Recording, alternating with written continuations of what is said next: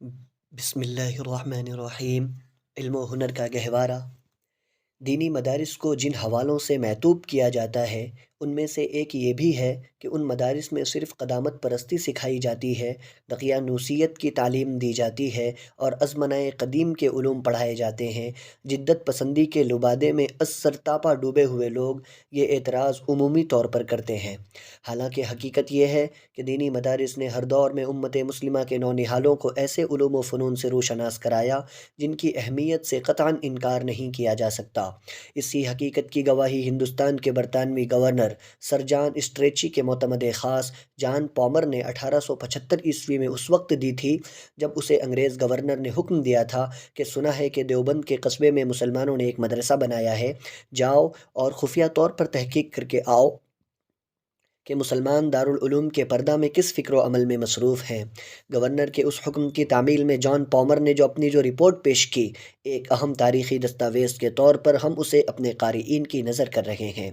Lieutenant governor ممالک مغربی و شمالی کے ساتھ دورے میں 30 جنوری 1875 کو دیوبند میں قیام ہوا۔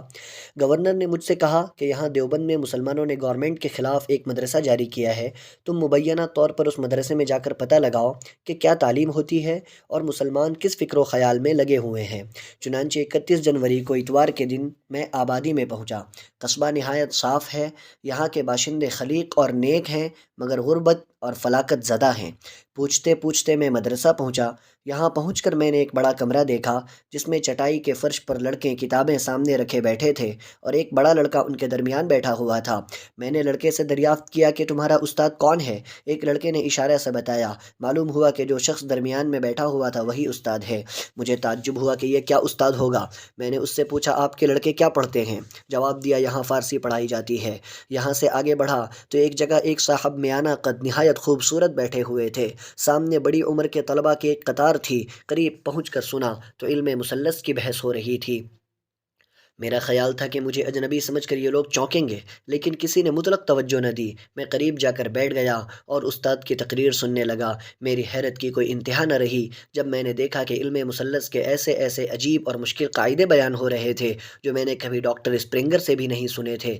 یہاں سے اٹھ کر دوسرے دالان میں گیا تو دیکھا کہ ایک مولوی صاحب کے سامنے طالب علم معمولی کپڑے پہنے بیٹھے ہوئے ہیں۔ یہاں اقلیدس کے چھٹے مقالے کی دوسری شکل کے اختلافات بیان ہو رہے تھے اور مولوی صاحب اس برجستگی سے بیان کر رہے تھے کہ ایسا معلوم ہوتا تھا کہ گویا اقلیدس کی روح ان میں آ گئی ہے۔ میں منہ تکتا رہ گیا۔ اسی دوران میں مولوی صاحب نے جبر و مقابلہ سے مساوات درجہ اول کا ایک ایسا مشکل سوال طلباء سے پوچھا کہ مجھے بھی اپنی حسین حساب دانی پر پسینہ آ گیا اور میں حیران رہ گیا۔ بعض طلباء نے جواب صحیح نکالا۔ یہاں سے اٹھ کر میں تیسرے دالان میں پہنچا۔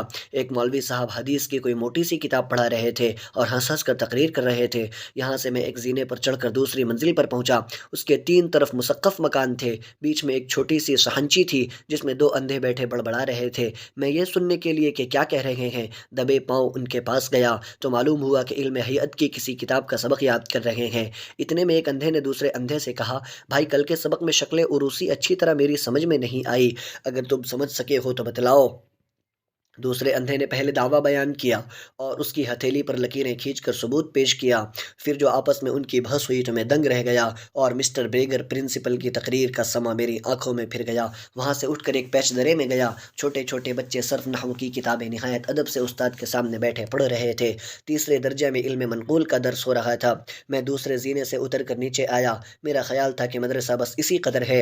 اتفاق سے ایک شخص سے ملاقات ہوئی۔ میں نے اس سے اس خیال کی تصدیق چاہی تو اس نے کہا کہ نہیں، قرآن شریف دوسری جگہ پڑھایا جاتا ہے۔ میں نے پوچھا کہاں؟ وہ مجھ کو مسجد میں لے گیا۔ مسجد کے دالان میں بہت سے چھوٹے چھوٹے بچے ایک نابینا حافظ کے سامنے قرآن شریف پڑھ رہے تھے۔ میں نے پوچھا، گزشتہ سال اخباروں میں دیکھا تھا کہ 4 طالب علموں کی دستار فضیلت باندھی گئی تھی، ان میں سے یہاں کوئی موجود ہے؟ ہاں، وہ بولا کہ ہاں ایک صاحب بیٹھے ہیں۔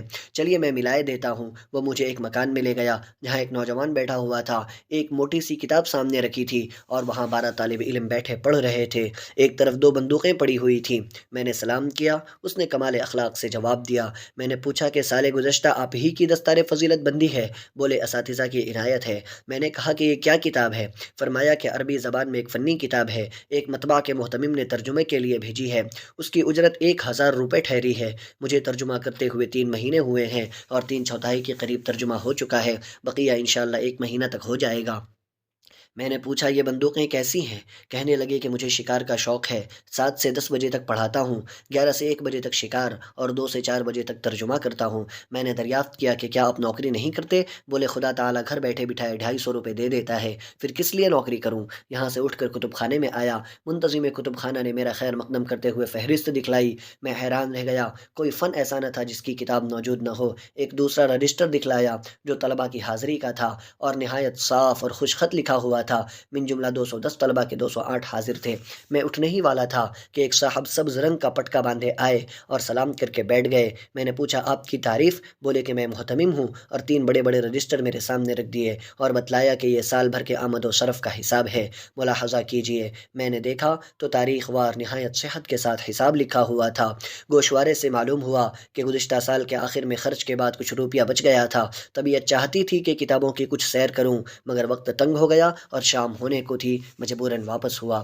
میری تحقیقات کے نتائج یہ ہیں کہ یہاں کے لوگ تعلیم یافتہ، نیک چلن اور نہایت سلیم الطبع ہیں، اور کوئی ضروری فن ایسا نہیں جو یہاں پڑھایا نہ جاتا ہو۔ جو کام بڑے بڑے کالجوں میں ہزاروں صرف کر کے ہوتا ہے، وہ یہاں ایک مولوی 40 روپے میں کر رہا ہے۔